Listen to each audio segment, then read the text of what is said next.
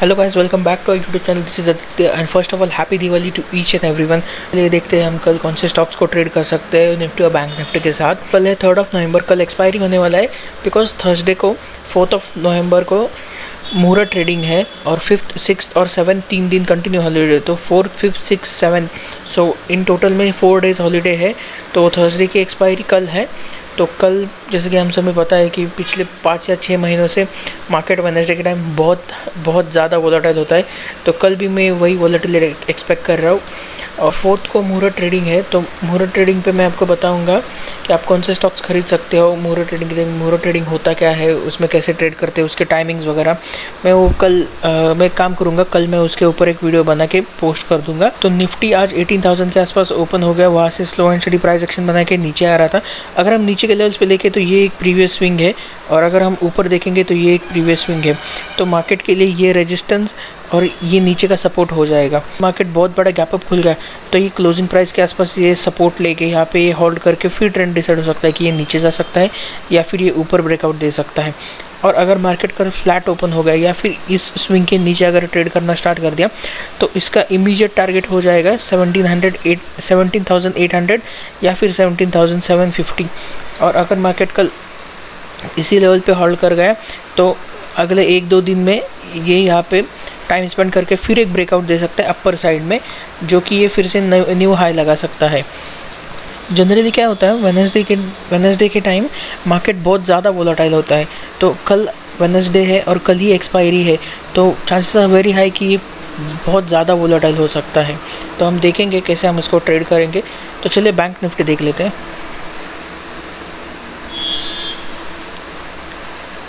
So guys, bank Nifty आज थोड़ा volatile था। ये नीचे आने के बाद, ऊपर जाने के बाद ये पूरा दिन साइडवेज चला गया। तो मैंने इस चार्ट में अभी सपोर्ट और रेजिस्टेंस मैंने ऐड कर लिए हैं। अगर आप यहाँ पे देख सकते हो तो ऊपर के साइड में ये रेजिस्टेंस है, क्योंकि 40,000 के आसपास ये रेजिस्टेंस है और 39,300 to 500 तक ये सपोर्ट है। तो और यहाँ से एक ट्रेंड लाइन भी जा रही है, लेकिन ये बहुत स्टिफ ट्रेंड लाइन है। अगर ये कल के दिन अगर फ्लैट या फिर थोड़ा बहुत गैप डाउन खुल गया तो ये कंटिन्यू नीचे आ सकता है और ये इस लेवल के आसपास ये आ सकता है। बैंक निफ्टी उस लेवल के आसपास आ सकता है। लेकिन अगर ये कल फ्लैट या फिर थोड़ा बहुत गैप अप खुल गया, रिमेंबर कि ये स्विंग के नीचे आना नहीं चाहिए। अगर ये फ्लैट या फिर थोड़ा बहुत गैप अप खुल गया तो फिर फर्स्ट स्विंग ये टेकन आउट हो सकता है 40,400, 40,500, 40,400 से लेकर 40,500 तक हमारा टारगेट होना चाहिए। अगर ये कल फ्लैट या फिर थोड़ा बहुत गैप अप खुल गया, तो अगर ये गैप डाउन खुल गया तो will wait for price action कि नीचे की साइड जा रहा है या फिर ऊपर की साइड जा रहा है। औरोबिंदो फार्मा, अगर आप औरोबिंदो फार्मा देखेंगे, कंटिन्यू सेलिंग प्रेशर के बाद एक पुल बैक आया एंड देन अगेन ये नीचे गया, फिर ये हाई को रिटेस्ट करने के लिए और अगेन इट्स कमिंग डाउन। अगर कल औरोबिंदो फार्मा 690 के आसपास या फिर फ्लैट खुल के या फिर थोड़ा बहुत गैप डाउन खुल गया तो हम इसको इमीडिएट सेल कर सकते हैं। 3 से 4 रुपये का स्टॉप लॉस रहेगा इसके नीचे, और हमारा टारगेट रहेगा 680। उससे ज़्यादा एक्सपेक्ट मत करना, क्योंकि 680 एक सपोर्ट लेवल काम कर सकता है। अगर उसके नीचे गया तो हम उसको ट्रेल करेंगे और हमारा इमीडिएट टारगेट हो जाएगा 670 या फिर 675। तो चलिए अगला स्टॉक देख लेते हैं। सो अगला स्टॉक है DLF। अगर हम DLF में देखेंगे, इसने कंटिन्यू 1 वीक के आसपास ने टाइम स्पेंड किया और ये आज इसने एक ब्रेकआउट दे दिया। अगर ये कल 431 के आसपास खुल गया, 431, 432, तो हमारा टारगेट हो सकता है 450, जो कि एक राउंड नंबर है और वो वहाँ तक भी इंट्राडे में जा सकता है। अगर ये कल गैप डाउन खुल गया या फिर बहुत बड़ा गैप अप खुल गया तो हम इसको इग्नोर करेंगे। तो चलिए नेक्स्ट स्टॉक देख लेते हैं। नेक्स्ट स्टॉक है हमारा PVR में अगर हम देखेंगे, ये सेलिंग प्रेशर आया, ये फर्स्ट टाइम ऊपर गया और ये नेक्स्ट टाइम गया। तो अगर इसका हम लो देखेंगे तो ये ट्रेंड लाइन भी जाता है और इसने ये लो कभी